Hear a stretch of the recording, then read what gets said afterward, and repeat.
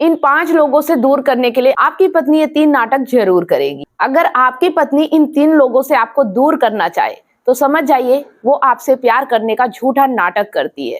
देखिए, आज के इस वीडियो में मैं आपको बताने वाली हूँ एक स्टोरी के माध्यम से कि आपकी पत्नी अगर उन 3 लोगों से आपको दूर करना चाहती है, जो कि स्टोरी में आपको देखने को मिलेगा कि किन 3 लोगों से दूर करने का सोचती है, तो समझ जाइए कि वह सही स्त्री नहीं है और उसका प्रेम आपके लिए दुखदाई है। मुझे पता है आप लोग जरूर जानना चाहोगे, इसीलिए मैं कहती हूँ वीडियो में अंत तक बने रहना, स्टोरी को पूरा जरूर सुनना। तो वह कौन सी स्त्री है जो पति से झूठा प्रेम करती है, आइए जानते हैं इस वीडियो के माध्यम से। वीडियो कंटिन्यू रहेगा, लेकिन उससे पहले आप सभी लोगों की माइंड की कसरत के लिए एक सवाल। मैं गहरी छाया का राजा, बेकार होती लकड़ी ताजा, कुल 3 अक्षर का नाम आता, प्रथम कटे बराबर कहलाता। जवाब जरूर दीजिएगा। सही जवाब देने वालों के नाम मैं हर संडे सुबह 8 बजे फेसबुक पेज और यूट्यूब पर लाइव अनाउंस करती हूँ, तो लाइव जुड़ना बिल्कुल भी ना भूलें। अगर आप हमारे कॉन्टेस्ट में भाग लेते हैं, मंथ के विनर बनते हैं, तो आपको हमारी तरफ से एक शानदार गिफ्ट दिया जाता है, तो कॉन्टेस्ट में भाग जरूर ले। तो चलिए बिना किसी देरी के वीडियो को कंटिन्यू करते हैं। आज की जो हमारी स्टोरी है, रमनदीप शहर में चंद्रदत्त नाम का राजा रहता था, जिसका चंद्र प्रताप नाम का एक बेटा था। राजकुमार चंद्र प्रताप को अपने ही पिता के मंत्री के बेटे से बहुत लगाव था, बहुत गहरी दोस्ती थी बचपन से ही।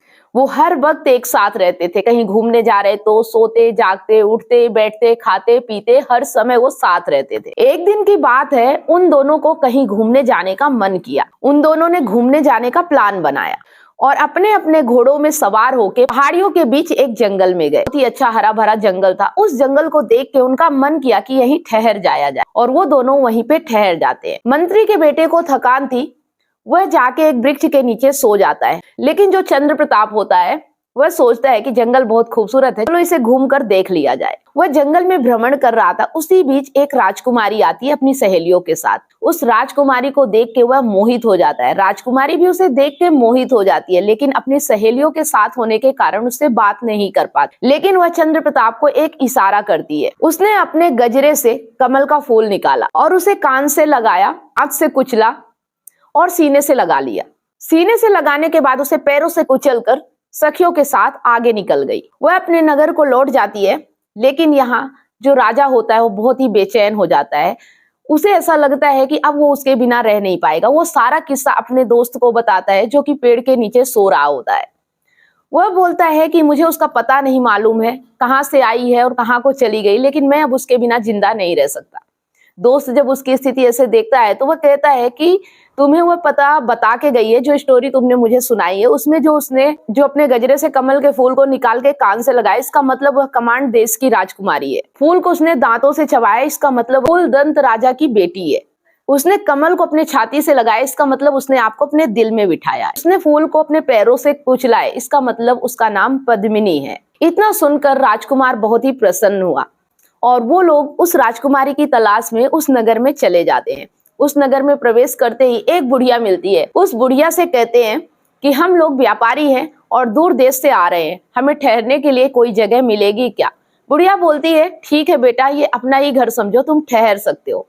जब बुढ़िया के यहाँ ठहर जाते हैं और बुढ़िया से पूछते हैं कि आप यहाँ अकेली रहती हो या आपके साथ कोई और भी रहता है, तो वह बताती है कि मेरे साथ मेरा बेटा रहता है, जो कि फूलदंत राजा के यहाँ नौकरी करता है, और मैं पद्मिनी राजकुमारी की धाय माँ हूँ। सुनते ही राजकुमार बहुत प्रसन्न होता है और वो बोलता है, भगवान ने हमें ऐसी जगह लाके खड़ा किया है जहाँ हमें जिस चीज की तलाश थी वो चीज मिल गई। उन्हें ऐसा लगा कि ये बुढ़िया अब हमारी मदद करेगी और ये हमारा संदेशा राजकुमारी तक जरूर पहुंचाएगी, और ऐसा ही हुआ। उसे एक पोटली सोने की असरफिया देके राजकुमारी के पास भेज देते हैं। बुढ़िया जाके राजकुमारी को सब कुछ बताती है, लेकिन पद्मिनी गुस्से से आके चंदन का लेप लगा हुआ हाथ बुढ़िया के गाल पे जोर का चाटा मारती है। बुढ़िया अपने गाल को पकड़ के उन लोगों के पास आ जाती है। वो लोग जब बुढ़िया की बातें सुनते हैं तो राजकुमार को बड़ा ही गुस्सा आता है। यह लड़की बेहद ही बदतमीज है और मैंने ऐसी लड़की से प्यार करके बहुत बड़ा गुनाह कर दिया है। लेकिन उसका जो दोस्त होता है बोलता है कि कोई बात नहीं, ऐसा कुछ नहीं हुआ है, वो जो कहना चाहती है वो कुछ और है। वो बोलता है कि क्या कहना चाहती है? उसने बोला कि ये जो चंदन लगा हुआ हाथ उसने बुढ़िया के गाल पे मारा है, इसका मतलब अभी चंद्रमा है, जब कृष्ण पक्ष आएगा तब मैं आपसे मिलूंगी। तो 10 दिन बाद कृष्ण पक्ष आने वाला है, तब वह आपसे मिलेगी। यह सुनकर राजकुमार थोड़ी सी खुश हो जाता है और 10 दिन के बाद वेट करने के बाद वह बुढ़िया को फिर सोने की असरफियों का पोटली देके फिर भेजता है उस राजकुमारी के पास। और वह जाके राजकुमारी से कहती है कि राजकुमार तुमसे मिलना चाहते हैं। यह सुनकर फिर पद्मिनी 3 उंगलियों को लाल रंग में डुबोकर उस बुढ़िया के गाल पे फिर से थप्पड़ लगा देती है। इस बार भी वह बुढ़िया आती है उन लोगों के पास और फिर वैसा ही हाल बताती है। यह सुनकर फिर से राजकुमार क्रोधित हो जाता है और बोलता है मैं सही बोल रहा था, वह बहुत ही बदतमीज है। लेकिन उसका दोस्त चीजों को समझने की कोशिश करता है। वह बताता है उसका मतलब है कि इस समय वह मासिक धर्म में है और 3 दिन उसे ठीक होने में लगेंगे। ऐसे में किसी भी पुरुष का मुख देखना भी वर्जित होता है, इसलिए वह आपसे 3 दिन बाद मिलेगी। ठीक है, इतना सुन के राजकुमार के मन में थोड़ा सा धैर्य आता है और 3 दिन बाद फिर बुढ़िया को असरफियों की पोटली देके भेजता है। और वह बुढ़िया जाके फिर बोलती है कि राजकुमार आपसे मिलना चाहते। इस बार वह बुढ़िया को फटकार कर पश्चिम के दरवाजे से धक्का मार के बाहर निकाल देती है। अब बुढ़िया फिर से उन लोगों के पास जाती है और वही कथा सुनाती है, वही व्यथा सुनाती है। तो जो राजकुमार का मित्र होता है वह बोलता है इस बार परेशान होने की जरूरत नहीं है, अब वो वक्त आ गया है जब तुम राजकुमारी से मिल सकते हो। उसका मतलब है कि आज रात आपको पश्चिम की खिड़की से जाना है। राजकुमार बहुत खुश हुआ और जब रात हुई तो वह पश्चिम के दरवाजे से खिड़की के अंदर चला जाता है, राजकुमारी से मिलता है। राजकुमारी उसे देख के बहुत प्रसन्न होती है और दोनों एक साथ रहने लगते हैं। दिन में राजकुमारी उसे छुपा देती थी और रात को अपने कक्ष में बाहर निकाल लेती थी। ऐसा करते हुए कई दिन बीत जाते हैं। कई दिन बीतने के बाद राजकुमार को अपने मित्र की याद आती है और वो बेचैन हो जाता है, तड़प उठता है और वह राजकुमारी से कहता है कि मुझे अपने मित्र से मिलने जाना है क्योंकि मुझे उसकी याद आ रही है, मैं उसके बिना नहीं रह सकता। यह सुनकर राजकुमारी उसके सामने तो प्रसन्न होने का नाटक करती है, लेकिन वह अंदर से क्रोधित हो जाती है कि उसके प्यार को बांटने वाला कोई और भी है। वो नहीं चाहती कि राजकुमार उसके अलावा किसी और को सोचे, इसलिए उसने एक प्लान बनाया। अच्छी बात है, तुम मित्र से मिलने जा रहे हो, बहुत दिनों बाद जा रहे हो, इसलिए मैं उसके लिए बहुत अच्छा खाना बनाई हूँ, ये ले जाके उसे खिला देना। राजकुमार भी बहुत प्रसन्न हुआ कि राजकुमारी मेरे दोस्त के बारे में इतना अच्छा सोचती है। वह खुशी खुशी खाने की चीजों को लेके अपने दोस्त के पास चला जाता है। दोस्त से काफी दिनों मिले हुए थे, एक दूसरे को देख के बहुत प्रसन्न होते हैं और वह अपने दोस्त को बोलता है कि तुम्हारी भाभी ने तुम्हारे लिए खाना भिजवाया है। तो राजकुमार का मित्र होता है वो बहुत ही चालाक होता है और बहुत ही चतुर होता है। वह खाना खाने से पहले कुत्ते को थोड़ा सा भोजन खिलाता है और देखते ही देखते कुत्ता मर जाता है। राजकुमार बोलता है यह क्या हुआ? तो उसका मित्र बताता है ये जो खाना राजकुमारी ने भेजा है वो खुश होकर नहीं भेजा है, ये खाना उसने दुखी होकर भेजा और वो चाहती है कि उसका प्यार कोई ना बांट सके, इसलिए वह मेरी मृत्यु चाहती है। राजकुमार को जब ऐसा पता चला वो बहुत ही क्रोधित हो जाता है और बोलता है कि जो स्त्री किसी के लिए ऐसा सोच सकती है वो किसी से प्रेम कैसे कर सकती है, मैं ऐसी बुरी स्त्री से प्रेम नहीं कर सकता और मैं उसके पास नहीं जाऊंगा। ऐसा वो अपने मित्र से बोलता है, लेकिन मित्र बोलता है कि इतने दिनों तक हम जिसके पीछे थे, इतने दिन हमने यहाँ गुजारा है, उसे ऐसे ही छोड़ के कैसे चले जा सकते हैं। तुम आज रात उसके पास जाओ और जैसा मैं बोलता हूँ वैसा करना। वह बोलता है कि उसके पास जाना, जब रात में वह सो जाए तो उसके बाएं पैर में तलवार का निशान बना देना और उसके सारे गहने लेकर मेरे पास आ जाना। वो वैसा ही करता है। जब रात में राजकुमारी सो जाती है तो वह उसके बाएं पैर में तलवार का निशान बना देता है और सारे गहने उतार के उसके लेके चला आता है। जब वह उसके पास आता है मित्र के पास, तो वह बोलता है इसे बाजार में बेच के आ जाओ। वह बाजार में बेचने चला जाता है और उसका मित्र साधु बन के मरघट में जाके बैठ जाता है और बोलता है अगर कोई तुमसे इस गहनों के बारे में कुछ पूछता है तो बोलना मेरे गुरु ने मुझे बेचने के लिए भेजा है और जो भी बात है वो मेरे गुरु ही बताएंगे, मेरे पास लेके आ जाना। वह मार्केट में बेचने जाता है, वहां पे उस गहने को पहचान लेते हैं और उसे पकड़ लिया जाता है।